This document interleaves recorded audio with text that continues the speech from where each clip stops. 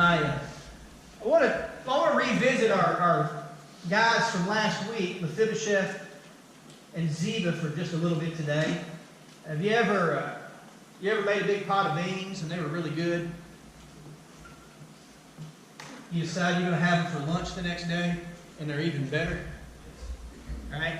You let them sit in that refrigerator and ferment 3 or 4 more days, break those bad boys out, and it tastes just like heaven, right? Ain't nothing near as good. I kind of feel that way with this story of Mephibosheth. When we discuss them on Wednesday nights, it seems like there's a mine, a gold mine, diamond mine, in the story of the way that not only David interacts with Mephibosheth, but in the way that the Lord intercedes for and interacts in Mephibosheth's life. So I want to revisit that for just a moment this morning, if you'll allow me. I know I'm not giving you old cold beans. I promise you I'm going to warm them up and make fresh cornbread when we serve this morning, but I think this bowl of beans is worth giving another look. There are 2 types of people in this world, and that's it. 2 types. Doesn't matter if you're black, if you're white, Asian. Doesn't matter what your color is. 2 types of people in this world. There are the humble, and there are the proud. The humble and the proud. Joe Carroll, I can probably stop right here. That's a pretty deep message, isn't it? 2 types of people. The humble and the proud. Now within those 2 ranks, within those 2 ranks of the humble and the proud, I want you to look a little deeper into that and think about your own life. There are those who are humble, not from within, but humble from without. What I mean is, you might not have everything that someone else has. You might not have access to what everyone else has access to. You might not be able to accomplish the things that someone else could accomplish. So you just resign yourself to the fact that you'll never have what someone else has or be able to do what someone else can do, and you will assign yourself this moniker or this name, and you will say, I'll just always be broke and disgusted. Right? I know I'll never have what someone else has. I'll never be able to have what you have. And you begin to get angry. You begin to get bitter. You begin to think poorly of people that you just assume are living the high life. Which, for the record, those that have the most are often the ones who struggle the most. The more you have to be concerned with. Yes? And you think of yourself as being humble because you don't have what someone else has, but in essence, you're truly not humble. You're actually prideful because you are not happy with what little you have. You are angry because you can't have more. Right? I want everything I can get my hands on. I was talking to somebody the other day and they said, maybe I'm guilty of one of the 7 deadly sins because I'm awful proud of my kids. I said, oh, come on. There's a big difference between being proud of your kids and being an arrogant person. He said, no, you don't understand. I'm real proud of my kids. I said, well, you ought to be proud. He said, no, I don't think you understand. I think my kids are better than most other kids. I said, well, that's what being a parent is. So what are you saying? I'm saying you're doing a good thing. There are times in our lives when we cross over from that woe is me, my poor old me mentality. We get into this game of starting to accumulate some things, and we start to check some boxes off of our list, and we start to think that we're climbing the ladder and we're becoming what we've always wanted to be. I'm on my way to becoming what I want to be. And you're doing every bit of it. It's your effort. It's your labor. It's your work. It's your thing. It's you. It's not you. Well, if you want to find the peace and the joy of the Lord and live a life of humility, you have to first understand the most important thing, and that is that I am nothing without Him. No matter what I have, no matter what I own, no matter what I have accomplished or am set to accomplish in life, no matter what goals and dreams that I or my family may have had for me, I am nothing. I am absolutely nothing without the Lord. Now, having said that, I want to say this again. There are two types of people in the world. Those who are humble and those who are proud. There are those in this world who think they've done it. They did this. I did this by the work of my own hands. I have accomplished all that I have done. Honey, who gave you those hands? Who gave you the strength to do what you do? Who gave you the knowledge to do what you do? Who gave you the mental capacity, the bodily functions to do those things that you... How did you know? How did you put one foot in front of the other? How did you lift your hand and move your fingers independent of one another? How did you do that? You didn't. Everybody take a breath. You didn't do that. When God breathed life into Adam, that lifeless heart of his sparked. And it set off a chain reaction which caused the lungs to begin to fill and to close, to fill and to close. And he began to breathe and he began to be. You have done nothing in your life. Anything you've ever done, all the credit belongs to the Lord. All the credit. Those who understand that, who know that the Lord is their God and they have not been able to do anything save the very hand of God move in their life and make it happen, they are the humble. They know that they can't and that they won't and that there's no way that they possibly could accomplish the things that they want to accomplish. They realize and they understand and they celebrate the fact that it is God alone who gives them not only all that they need to survive and sustain themselves in this life, but gives them their every breath. Not so with the proud. They don't even take into consideration the fact that they wouldn't be able to move and do all they do if it were not for the grace, the mercy, and the unbelievable omnipotence and omniscience of God. God made you. He formed you in His image. He had an idea, a thought. He said, this is what man will look like, and this is how man will function. I encourage you, go home and do some research. Go on YouTube and look up how the human body works. Do a study of nothing but your heart and your lungs. You'll be amazed. When you go inside of the heart and look at how it's made, all of its chambers and all the ventricles and all the way that it functions by bringing blood in and blood out. And then look inside of each layer of that heart and dive in even deeper and start to look at all the capillaries and all the vessels. And you will be absolutely amazed at how fearfully and wonderfully that you are made. You are God's handiwork. You are His workmanship. You're not perfect. I hate wearing sunglasses because one of my ears is higher than the other. I'll think I'm looking good. You know? Man, I got the hair down. Well, ain't much to do. I'll walk by, and you know we all do it. You'll walk by the mirror and you'll go, one last check, make sure I ain't got no boogies hanging down, you know?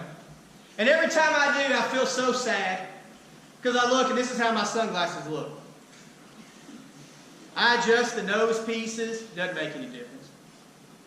I look like some kind of default. I mean, I try, y'all. I try. I do the best I can. None of us are perfect. Sometimes it just doesn't add up. But God made you. You are fearfully and wonderfully made. I had a thought hit me the other day. It just kind of came to me. God, if you loved me when I was broken, then you're going to love me my whole life. Because my whole life, I will be broken. I can't do this by myself. You can't do this by yourself. No matter how hard you try, you can't do it. No matter how rich you are, you can't do it. No matter how powerful you are, you can't do it. No matter how much influence you have, you can't do this. You need God. You need Him. He completes you. Where you are broken, He makes you whole. Where you are hurt, He heals. Where you are out of sorts, He puts everything back together. Where you are deficient, He is all sufficient. And when you become a child of God, though you are broken and though you are suffering from hardships and difficulties, and though you have hard times in life, even though you don't always get it right, and there are things about you that you so wish that you could change. I wish I wasn't this way. Sometimes, Steve, the Lord will fix you. Sometimes He leaves you just like you are to prove and to show you that you did not earn His love or His favor, and you cannot move or take away His love and His favor in your life.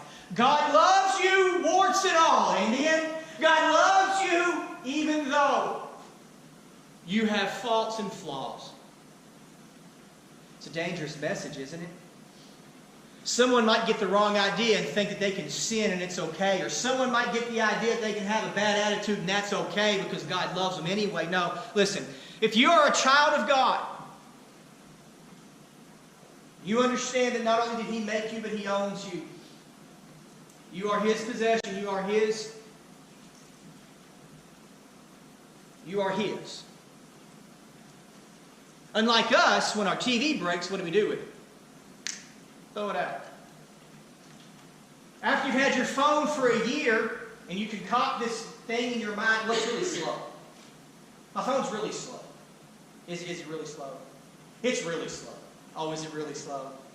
Oh, yeah. I mean, when I go on the internet, I can tell it's slowing down. And when I try to push buttons, it's just not acting right. Is it really?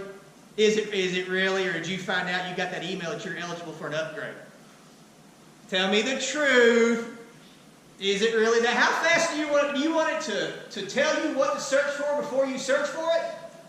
You want your phone to type a text before you think it? What do you want in here? Come on. Let's be honest. We want the new, the latest and the greatest, the improved model. Have you ever bought a phone that had less features than the old phone you had? Did you buy a TV last time you went and got one? Did you get a big, huge box set that sits on the floor so you could turn the channel and hear it go, chee, chee? I used to love that sound when I was a kid. No, you bought one that had better features. You got to have one that hooked up to the sound system you bought. Well, my sound system doesn't use analog. I got to have HDMI. Well, shoot, now I got to buy a new sound system. What about your old one? Well, we'll throw it away. I'll give it away. I'm going to bless somebody with it. Here, take my junk. Thank God for the Facebook Marketplace, yeah. That's how we work. That's how we act. That's what we do. That is not the way your Father works. That is not the way that God is with us. When you are broken, He doesn't cast you aside, throw you out, and say, I'll just take somebody else. Don't misunderstand me. God wants to change your life. God does not want you to stay. In the prison that you are currently in, God does not want you to continue to get the same bad results over and over and over because you have a poor thought process. You don't understand what God wants, how He wants you to act so you can get the good. He will not leave you there. He will fix you. What the old timers used to do. Well, TV's broke. Got to go to the TV repairman. Right? I need a new switch. Got to get a new button to push it on and off, on and off. Tires wore out. Well, time for a new car. Not to the old timers. They used to go get new tires and put them on their cars and keep the same car. Have you ever heard of such? Have you ever? They fix it. What if she's out of alignment? What if she's out of alignment? You go get it aligned. What? Well, my air conditioner's gone out. Got to get a new car. Take it to the repairman. Shameless plug, David. Take it to Alan. Alan will fix it. What do you do when you're broken? What do you do when you got low air in your tires? What do you do when your AC doesn't work anymore in your life? What do you do when you're out of alignment? You go to the one who can fix you. Oprah can't fix you. All the self-help gurus can't fix you. There's only one who can fix you, and that's the one that knows how you're made. You got to go to the Lord. Oh, but I'm not going to admit that I'm broken. No. I'm going to grit my teeth, and I'm going to hunker down, and I'm going to fight my way out of this. I'm going to do this by the hair of my own chinny chin chin. I don't need help. I don't need anybody. I don't need you. I don't need my wife. I don't need my kids. I don't need anybody. I just got to get through this on my own. I can do this. Strength in my own two hands. I'm tough. I can handle anything. And I'll do whatever I got to do to get what I want. Introduce Ziba. Let's introduce Mephibosheth into this conversation. 2 Samuel 4:4 says Mephibosheth is broken. He can't walk. He's lame. His feet are broken, so he's worthless. Let's cast him aside. He's sitting on down to Lodabar, to some house of a very kind man who's willing to take Mephibosheth in and hide him, but also to keep him out of public view, because who wants him as king? He can't walk. We cast him aside. Put him off the back burner. 2 Samuel 9, David wants to bless somebody. So he says, is there anyone left at the house of Saul? And they say, well, there is this one. You reckon maybe when David heard that, he said, that sounds familiar to me. When Samuel came to find the next king, he talked to my daddy. And went through all the brothers. And Samuel says, no, that's not it. Is there another one? Do you have another son? And Jesse goes, well, there's this one. He's the youngest of the bunch, and he ain't worth much. I'll take you back here and show you to David. It's going to take a little while because he's way back on the other side of our land, taking care of the sheep. What was going on in Mephibosheth's life between 2 Samuel 4 and 2 Samuel chapter 9? I don't know. But let's compare him to David. What was David doing in all that time? He was out there in the backside of the field working for his father, and Jesse didn't really think much of him. You know, they say, well, it's because of his age. Maybe. But while all the other brothers of David were living a high life, joining the army, they were cowards, by the way, when Goliath showed up. They were all making their way up the corporate ladder while David's on the backside of the field taking care of the sheep. What they didn't know was while the brothers were politicking and playing the game, the social game, David was killing lions and killing bears just so one of his father's sheep would not be lost. What was Mephibosheth doing? I don't know.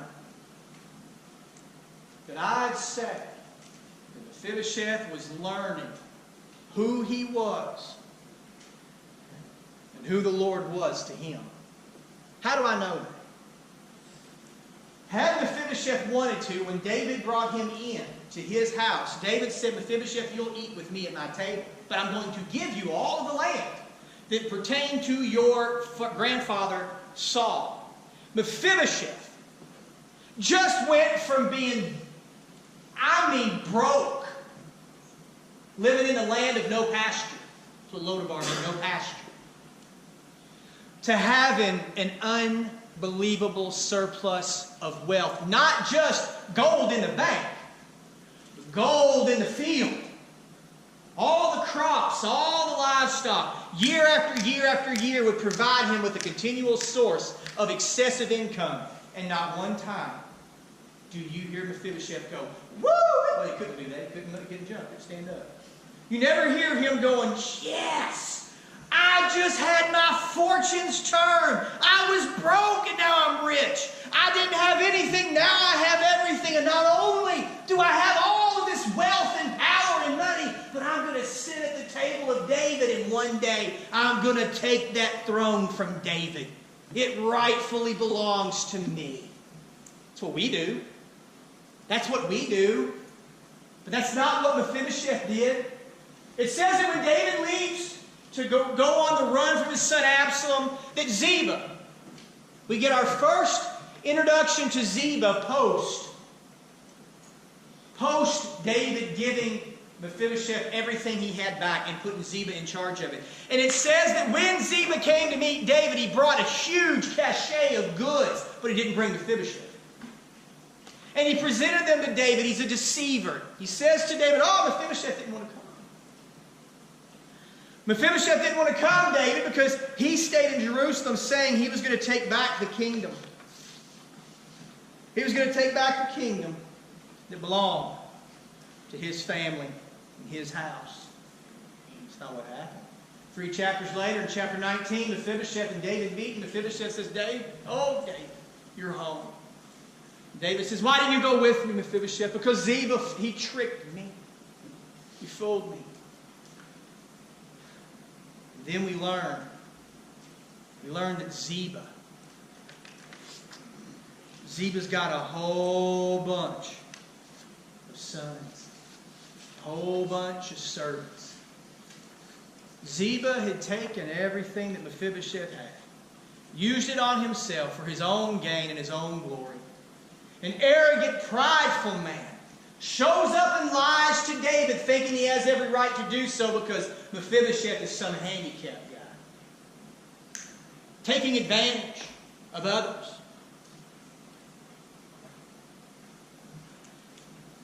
The last thing we hear from Mephibosheth and David is upset with Mephibosheth because he didn't go with him. David's feelings have been hurt.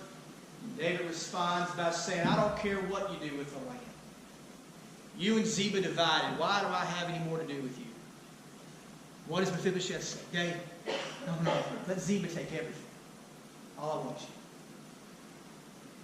All I want is you.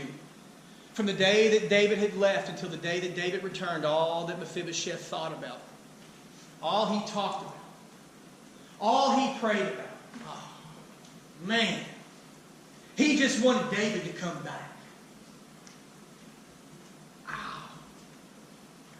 That's all he wanted.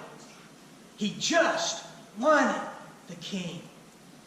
All Ziba wanted was everything he could get in this life. Mephibosheth didn't care about this life. He just wanted the king. Which one are you? Which one of those are you? Are you Ziba or are you Mephibosheth? Are you a man full or woman full of pride, full of drive? I'm going to make it. I'm going to do everything. Are you jealous of others? Are you envious of others? Do you look at what someone else has and covet that? Do you wish that your wife looked like their wife? Let's get on down in there. Let's get on down in there. I'm going to put all the preacher stuff in the back pocket for a minute, and I'm just going to be who I am. You ever look at what someone else is driving and say, I want that, and I'll do whatever I have to do to get that. Even if it means saddling yourself with debt you'll never be able to pay back. Constantly revolving another loan over another loan over another loan to be able to keep what you don't need so you can have what you're not. It's not who you are. If you got everything you wanted in life, Connor Ogden, if you got every earthly possession you could ever have, it would never, ever be enough. Think about this. David had how many wives? 20-some-odd wives? Somewhere in that ballpark? We really don't know. And concubines. And David had a good life. But what did Solomon do? Solomon said, all right, hold my kosher drink. Hold my unfermented beer, and watch this. He goes out and gets 1,000 women. Still wasn't satisfied. Ziba had everything. We don't know what happened to Ziba. Doesn't tell us. We don't hear any more about it. And to be quite honest with you, we don't hear any more about Mephibosheth either. We don't hear another thing. Yeah, we do. Well, we don't hear directly about them or specifically about them, but we know what happened. Proverbs 16-19, better it is to be of a humble spirit with the lowly than to divide the spoil with the proud. Are you more concerned with getting something for yourself or getting something to someone else who needs to hear what you have to offer? James 4:6, but he giveth more grace. Wherefore he saith, God resisteth the proud, but giveth grace unto the humble. Let me tell you what happened the rest of Ziba's life. God resisted him. Ziba may have become the wealthiest man in Israel, but God rejected him. Why? Because he resists the proud. What happened to Mephibosheth? Well, all we know is he went back to eat with David again. You know what Mephibosheth wanted? To be able to eat with David again. He just wanted to be able to sit at David's table. That's all he wanted. Pretty humble, is it not? 1 Peter 5:5, likewise, ye younger, submit yourselves unto the elder. Now, I'm going to say that again, because I think we need to hear it. Likewise, ye younger, submit yourselves unto the elder. You don't know everything you think you know. That old man, son, he's been through things you've never seen yet. He might not say much, but when he speaks, you need to shut up and listen. Because what he's telling you is wisdom, not some half-cocked idea that you have. It's tried and it's true. Submit yourselves unto the elder. Yea, all of you be subject one to another. Be clothed with humility, for God resists the proud and giveth grace to the humble. 3 times that we've heard that same phrase repeated. Romans chapter 9, verse 20, nay, but O man, who art thou that repliest against God? Who do you think you are? To answer God back and say, no, I'm going to do it my way. Shall the thing formed say to him that formed it, why hast thou made me thus? Hath not the potter power over the clay of the same lump to make one vessel unto honor and another unto dishonor? What if God, willing to show his wrath and to make his power known, endured with such long suffering the vessels of wrath fitted to destruction, and that he might make known the riches of his glory on the vessels of mercy, which he had afore prepared unto glory, even us, whom he hath called, not of the Jews only, but also of the Gentiles.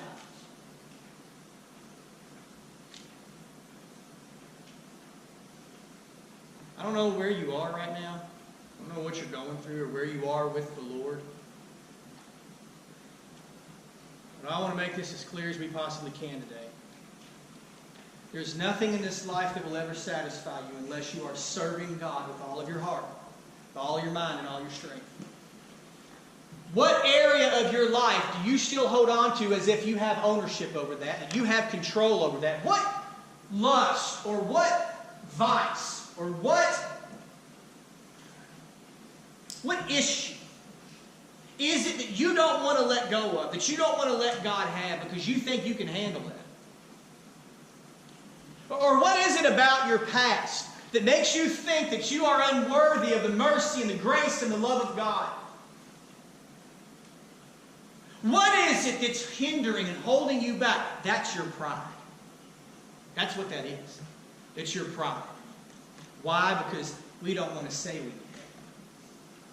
We don't want to admit that we're broken because this is a world that lives off of or exists off of the theory, the philosophy of dog eat dog. It's survival of the fittest. Whoever has the most wins. That's not what we just read. You think you're not worthy of the mercy and the grace of God? You think you don't deserve it? You're right. You're right, you don't deserve it. But does that keep Him from showing it? No. No. I want to read this to you and we'll close. I don't want to give anybody a heart attack this morning. Luke chapter 14, verse 7 through 11. Jesus put forth a parable to those which were bidden, when He marked how they chose out the chief rooms, saying unto them, when thou art bidden of any man to a wedding, sit not down in the highest room, lest a more honorable man than thou be bidden of him. And he that bade thee in him come and say to thee, give this man place. And thou begin with shame to take the lowest room. When thou art bidden, go and sit down in the lowest room, that when he that bade thee cometh, he may say unto thee, friend, go up higher. Then shalt thou have worship in the presence of them that sit at meat with thee. For whosoever exalteth himself shall be abased, and he that humbleth himself shall be exalted. Now, for all of Mephibosheth's story, there's one thing that stands out. And I believe that Jesus is referencing Mephibosheth and Ziba right here. I told you, they're not mentioned anymore. I think that's who He's talking about. Others fallen ahead of it. Think about it. Ziba wanted everything so that he could rise in stature. Why? Because he'd been a servant of Saul. He didn't want to be a servant anymore. He wanted to be in control. Out. Free man. There's no free man in this life. You're not free. This country doesn't afford you freedom. No earthly entity can afford you freedom. Only He can set you free. And if He sets you free, you're free indeed. So Ziba was never going to be free. And Ziba wanted to climb the ranks, and he wanted to sit in the chief place. You know what seat he wanted? He wanted Mephibosheth. I want David to invite me to his table. That's why he brought David that big prize. Look at what I've done, David. Look at what I gave you. Not Mephibosheth. He stayed back home. Didn't take care of himself. Didn't cut his nails, cut his hair, wash or bathe. But he wept and mourned until David came back. And what did David do? When David came back, he took Mephibosheth from that place where he had known before and brought him back and sat at his table. Ziba, he was rejected. Mephibosheth was embraced. He was accepted. Go home, read the story of Mephibosheth over and over. Look into his life and see yourself and understand that that is written about you. You are broken. We all are. I don't care where you are with the Lord, you're still broken. You need Him.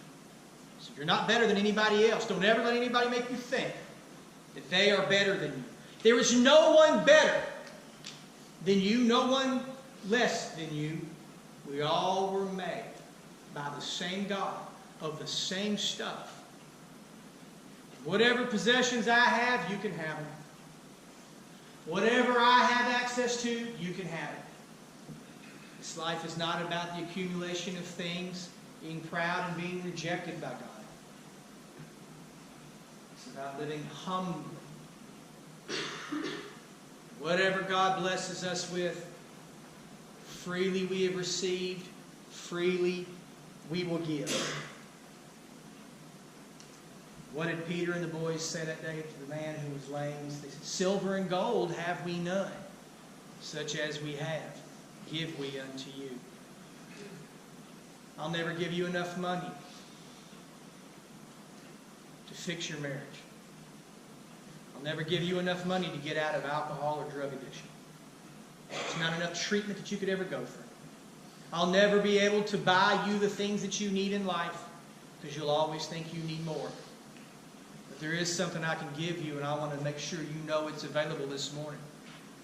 If you'll call out to the Lord, I don't care what kind of a mess you are in. I don't care if you've been in this church all of your life. If you are not free, you need to cry out to the Lord and ask Him to take anything that is hindering you from Him, anything that is keeping you bound in pride, and ask Him to remove it. Instead of being like Ziba, be like Mephibosheth. And just lay it all out on the table and say, oh David, why? Why would you love someone like me? But instead of being like many and never embracing the love and mercy that God extends to us, be like Mephibosheth and say, David, I don't know why you want me, but can somebody please hurry up and get me up off this ground and put me up at that table with David? I don't deserve it, but you're never going to be able to pry me away from sitting next to my king. There's a king coming. He's coming. When He comes, He'll put down the proud. And He'll exalt the humble. You don't have to wait until then. If you wait till then, you'll be humble. But it won't be the humbling you want. It'll be your destruction. He'll bend your knee. You can bend your knee to the Lord now. And you can say, God, I give you. Take every bit. Even right now, there are people who are offended at what I'm saying while I'm saying it. How dare you get into my business like that? How dare you get into my life? How dare you start nipping away and chipping away at that part of me that I don't want to go near because it hurts?